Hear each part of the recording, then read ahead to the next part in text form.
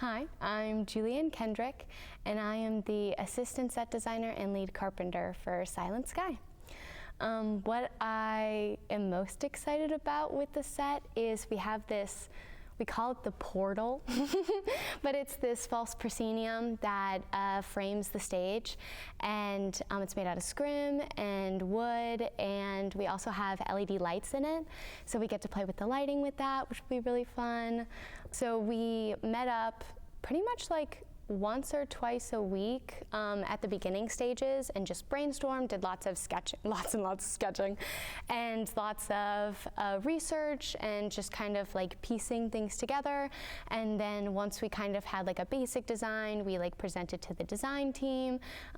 That's like Doug and the other designers and Brandon and stuff, and just get like feedback. And then we got some feedback and then we edited the design and we added like the doors and things like that that are more of a requirement for like Doug and like the blocking and the acting and stuff, and so like piecing all of these things together so that we get a nice cohesive set. My favorite part of any design job is once it gets loaded in and you see it. And there was a moment where we were doing the load in and Caitlin was like, step in the house and actually like look at it, and then you stand and you just look at everything, and like you have like a moment where you're like, I did that. And it's crazy because in your mind it's just what you've created on the page and on the paper, and even in the shop when you're like building it and stuff like that, it still just feels like pieces of the puzzle. And then once it like all comes together, then I don't know, you just feel proud of like the work that you've done. Some of the props we're having to make, and then some of them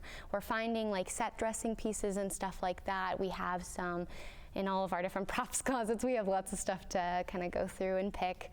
So I've helped with that. And then also designing some of the props. So we have the star plates, and they need like a star plate holder, which is just like this thing made out of wood that you set it in that they like look through. And so it was my job to like look up research and design and draft the actual paperwork so that Brandon could create the star plate holder.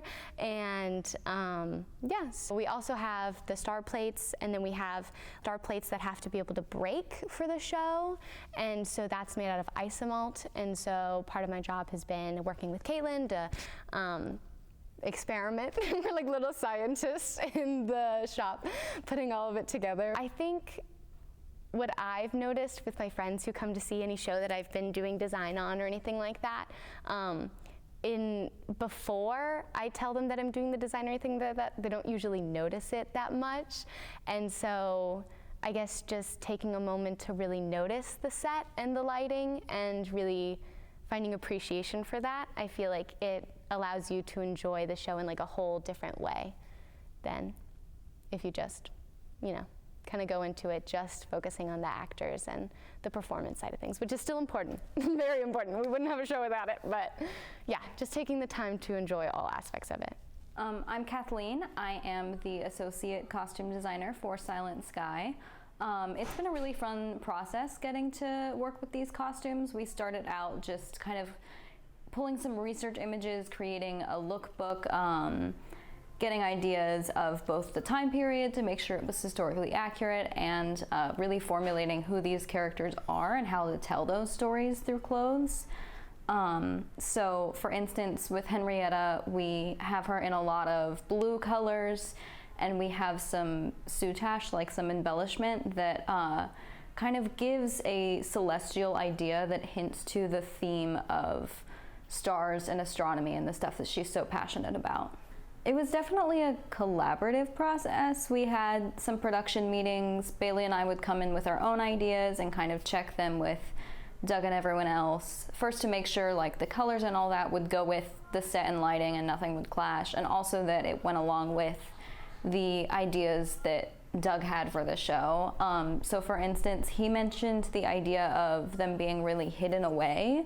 They're kind of just in a little attic office space, and they're not really allowed to have the same kind of recognition as a lot of the men do. And so we have a lot of subtle femininities, but a lot of times they're in very masculine silhouettes, at least for the time period, because they are working women and they're really having to prove themselves. But they do kind of have their own personal senses of style and subtleties in there. I've worked in the costume shop for the past 2 years, and I've really enjoyed growing my technical skills and getting to build a lot of things, but really focusing on the design aspect and thinking about why each person is wearing what they're wearing and how to portray that character best through the clothing has been a really fun process to get to work with now. I am very excited for the pants that Annie wears. This is back when women didn't really wear pants. It wasn't socially acceptable, so some of the first pants that they started wearing were often called bicycle pants, and so they're really poofy. You know, we would never think of them as scandalous, but they were for their time. So they were almost like a skirt silhouette, but they were a pant, very big, poofy. They've been fun to kind of think about and design, and they're getting built right now, so I'm excited to see those on stage. I think that getting to work on the design side of things in a production really gives you a new eye for everything that you go see, and so I'm excited to hear from the people who are going to see this play who haven't really been in on the process and see what their thoughts are and if they kind of see the connections that we're making and see the whole thing really come to fruition.